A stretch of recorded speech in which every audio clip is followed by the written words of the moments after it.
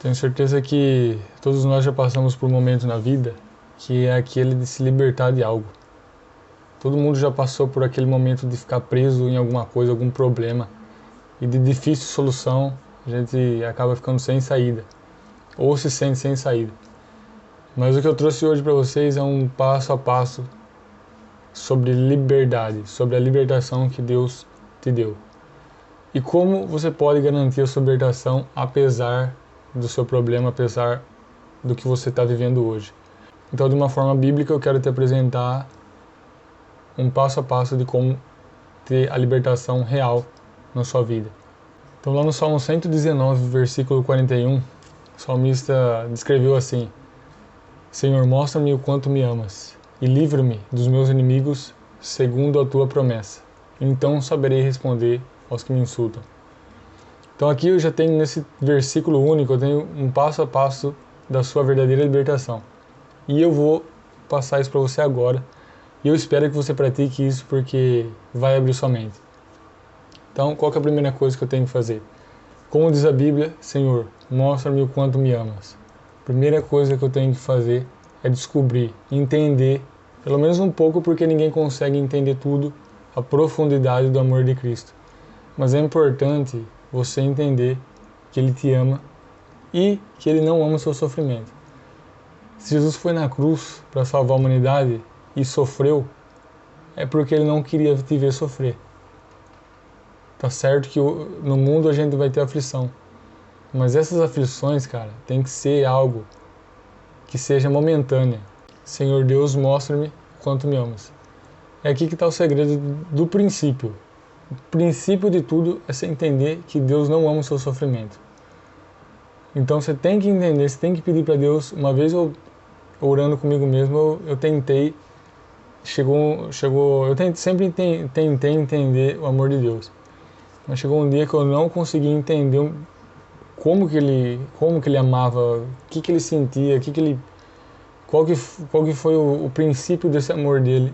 E um dia eu tive que, na minha oração, falar: Deus, mostra-me um pouco desse amor, me ajuda a entender um pouco de quanto que o Senhor me ama, qual que foi a dimensão um pouco dessa obra lá na cruz. E aí eu consegui descobrir um pouco, Deus foi me mostrando, porque ninguém vai descobrir totalmente esse amor, só que é importante que é o suficiente para você saber que Ele te ama, que Ele não gosta do seu sofrimento. Deus não tem prazer no seu sofrimento. Para Davi, foi bom ter sido afligido, para que ele entendesse os mandamentos de Deus, para que ele entendesse os seus estatutos. Então, no mundo você vai ter aflição, só que é para aprender com ela. É necessário aprender com a aflição. Então, se Deus permite algo, é para que você aprenda com ela. O que eu tenho que fazer? O que Deus quer me ensinar com esse sofrimento que eu estou passando? Só que aí chega um momento que você tem que fazer igual o Salmo 119, versículo 41 fala: Senhor, mostra-me o quanto me amas. E aí, mostrou o quanto que ama? Você entendeu o amor? Então ele vai dizer: e livra-me dos meus inimigos segundo a tua promessa. O segundo passo está aqui, segundo a tua promessa. Não queira fazer nada na sua vida sem uma promessa. Você tem que entender qual que é a promessa de Deus para realizar tal coisa na sua vida. Qual que é a promessa que Ele tem sobre o problema que você está passando agora? É isso que eu quero que você pense e que você responda para você mesmo. Qual que é a promessa? Porque, como diz a Bíblia, Ele só vai te responder de acordo com a promessa. Então você precisa ter promessa. Não adianta você ficar, em nome de Jesus, você não está embasado, cara. Você ainda não pegou um porquê real, uma fonte real para você orar em nome de Jesus. E uma casa construída na areia, ela não dura. O primeiro sintoma que você tiver de uma doença, por exemplo, que você está orando por ela, você vai cair toda aquela fé, que na verdade nem é fé. É uma torcida que você tem. A fé é diferente de torcer. Uma coisa é eu falar: eu sou curado, vou ser curado, vai dar certo. A outra coisa é você ter certeza que aquilo vai dar certo, a certeza da sua cura. Então você precisa estar embasado numa promessa. Se você não tem promessa, não adianta. Eu lembro que eu passei 8 meses muito mal de saúde e eu não melhorava. Passei 8 meses, eu perdi 32 quilos e eu não melhorava, exame não dava nada. Aí o que aconteceu? Eu fazia aquela oração, em nome de Jesus, isso daqui não vai prosseguir na minha vida, não vai prosperar na minha vida. Mas o que acontece? Não tinha um porquê real, uma promessa. Eu não lembrava de uma promessa de Deus em todas as minhas orações. Então, chegou o dia que eu falei, eu não vou orar mais. E aí eu lembrei da promessa que eu sou o Deus que cura, Jeová Rafá. Falei, você quer saber de uma coisa? Eu não vou orar mais. Se esse mal for maior que Jeová Rafá, então ele vai ficar e vai acabar comigo. Aí comecei a ter um salto de melhora e eu não passei mais mal. Eu consegui reanimar minha vida com uma oração baseada em uma promessa. Então não adianta você ficar acumulando orações e não ter uma promessa embasada nela. Porque como diz a Bíblia, livra-me dos meus inimigos de acordo com a tua promessa. Então você tem que ter uma promessa, cara. Se você não tiver uma promessa, como que você vai construir uma casa na rocha? A rocha é a palavra de Deus, você tem que ter uma promessa antes de fazer sua oração. Deus garantiu a sua certeza numa promessa. Deus garante a sua oração numa promessa, então tem que ter a promessa. E aí, terceiro passo. Senhor, mostra-me o quanto me amas. Livra-me dos meus inimigos de acordo com a sua promessa. Aí vem o terceiro. Então saberei responder aos que me insultam. Então o terceiro passo é que, de acordo com a promessa, você vai saber responder ao seu inimigo, àqueles que te insultam. É quando você começa a ter pensamentos ruins na sua mente sobre zombaria, parece que tem alguém zombando de você.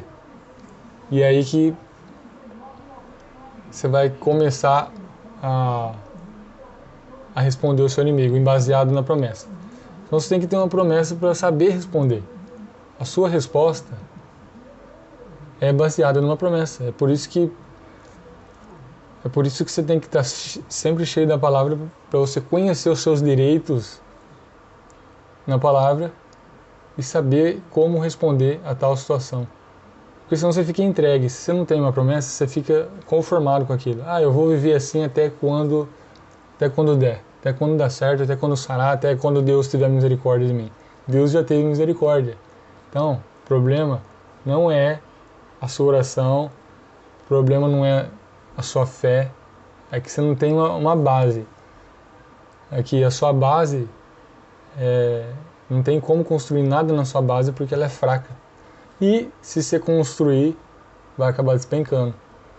No primeiro sintoma, na primeira crise financeira, vai cair tudo, aquela casa que você fez, aquela estrutura da sua oração e da sua fé. Então você tem que ter uma promessa, aí você vai saber responder. Só que é importante responder porque a Bíblia não fala sobre só armas de defesa. Lá em Efésios, cara,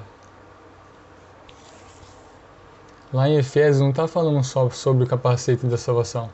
Ele fala sobre várias armas e uma delas, que é a principal, é a espada do Espírito. A promessa é uma espada do Espírito. Você tem que atacar o inimigo, você não pode só ficar na defensiva. Então, tem gente que aceita a vida dela na defensiva, e não é para ser assim, não pode ser assim. Tem gente que aceita a defensiva, ela fica só esperando o ataque. Só que a vida do cristão não é feita desse jeito. A vida do cristão é mais sobre valentia, mais sobre se levantar, sobre atacar, do que ficar na defensiva. Então acho que a promessa é algo que vai te colocar no seu lugar também. Coloca o inimigo no lugar dele, mas coloca você no seu lugar também, porque se você não tem promessa, então você não vai conseguir ter certezas. Você não vai ter certeza de quem você é. O próprio Jesus já venceu o diabo no deserto? Com a palavra. É tudo que estava nas profecias, é tudo que envolvia as promessas de Deus. E ele conhecia. É por isso que ele conseguiu vencer, ele era Deus, ele era a própria palavra, então é por isso que ele venceu. Ali foi uma luta onde a palavra atacou o mal.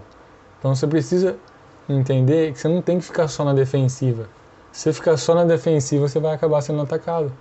Uma legião de demônios colocava medo nas pessoas. Ele tomava conta de uma área daquele cemitério onde ele dominava 2 homens.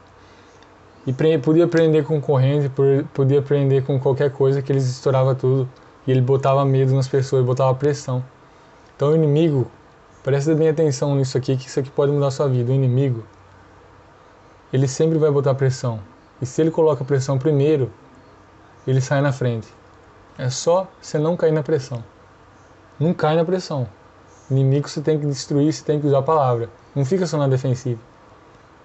É muito comum um cristão que é atacado cair na pressão. O inimigo faz um monte de teatro e ele cai naquilo como se fosse real. Eu preciso te alertar que quem manda no clima é você. Quando os discípulos estavam no meio de uma tempestade, Jesus estava dormindo, e ele foi lá e acalmou a tempestade. Então você tem que colocar pressão, cara.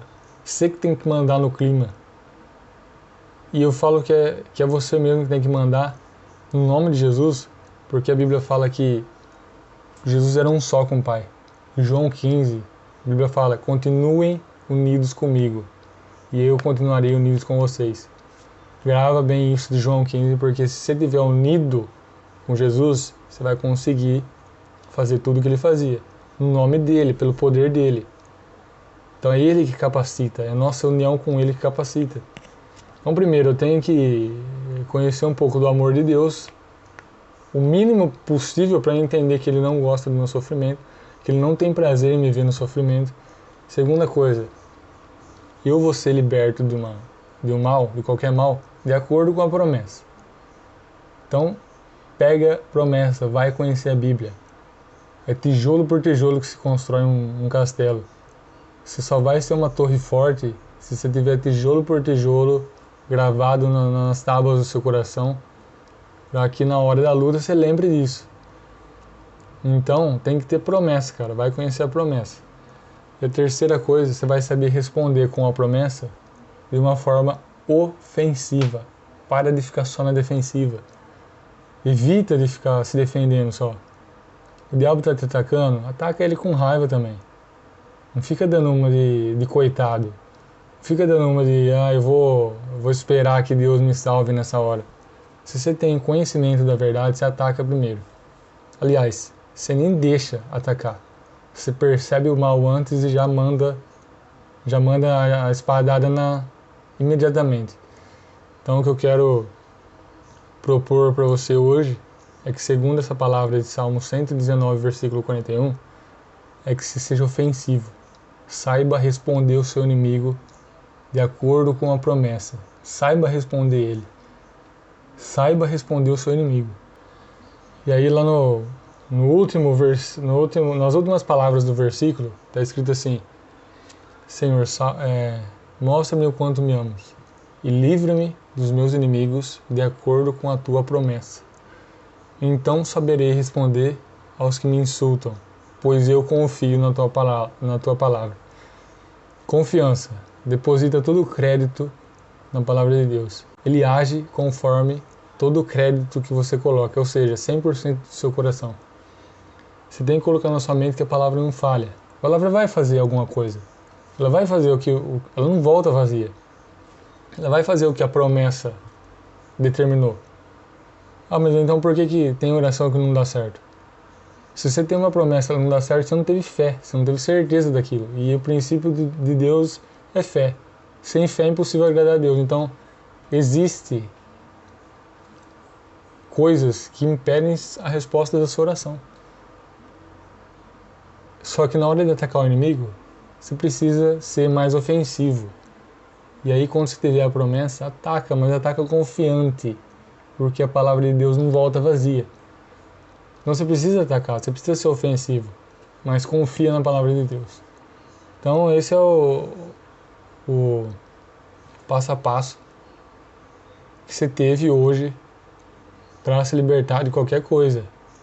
Se você pegar e estudar passo a passo de novo, e se aprofundar e pesquisar, você vai entender que existe libertação para qualquer coisa. Deus não ama seu sofrimento. Deus não ama seu sofrimento. Então entenda o amor dele pela sua vida, e se você estiver passando por algum problema que o diabo está causando, que seu inimigo está causando, aí você vai saber responder à altura. E aí você tem que ter discernimento para entender o que você está passando. Peça discernimento para Deus. Se isso é uma vontade permissiva de Deus, Ele vai te falar também. Só que Ele permite para que você aprenda algo. Então, de nenhuma maneira a palavra vai voltar para você vazia. Então, eu espero que você tenha entendido e que comece a colocar esse versículo na prática agora. Vai conhecer o amor de Deus. O amor lança fora todo medo. Então, você vai se conhece o amor de Deus. Ele vai tirar todos os seus medos, principalmente também o medo de atacar, que é um medo que paralisa as pessoas e paralisa elas no problema. O medo é engraçado porque quando a gente tem medo de algo, o medo deixa a gente paralisado dentro do problema. Assim como os discípulos que estavam num barco e eles ficaram com medo, e aí eles chamaram Jesus, nós vamos morrer. E aí Jesus foi lá, como ele era a palavra, ele foi lá e botou ordem no ambiente. Só que os discípulos já sabiam o que fazer, eles já tinham explicado, eles já tinham visto o que Jesus fazia. Então, se os discípulos tivessem usado a palavra de Deus naquela hora, provavelmente eles também tinham botado ordem no ambiente. Então, o que a gente tem que fazer é isso. Bota a ordem no ambiente, acreditando, conhecendo o amor, porque o amor lança fora todo medo. Se você conhecer o amor de Deus, também não vai ter muito mais medo. O medo é bom até um certo ponto, porque ele te dá segurança de onde você pode chegar. Se você estiver no alto de um prédio, o medo vai fazer com que você não chegue até a ponta e corra risco de vida. Então até um certo ponto ele é bom, só que o medo que te paralisa no problema não vai te botar para frente, não vai te fazer avançar. O que eu quero é te passar esse conteúdo agora para que você comece a agir, começando por conhecer o amor. Segundo, de acordo com a promessa. Você vai ter livramento? Você vai ter o livramento que você quiser, de acordo com a promessa. Se não está na vontade da palavra, na vontade de Deus, não tem fruto essa palavra. Então você precisa entender isso. Se não tiver promessa, você vai ser uma casa construída na areia. Vai conhecer a Bíblia. Se você conhece o autor, você conhece o amor. E se você conhece o que ele quer que você faz, aí você tem conhecimento das promessas.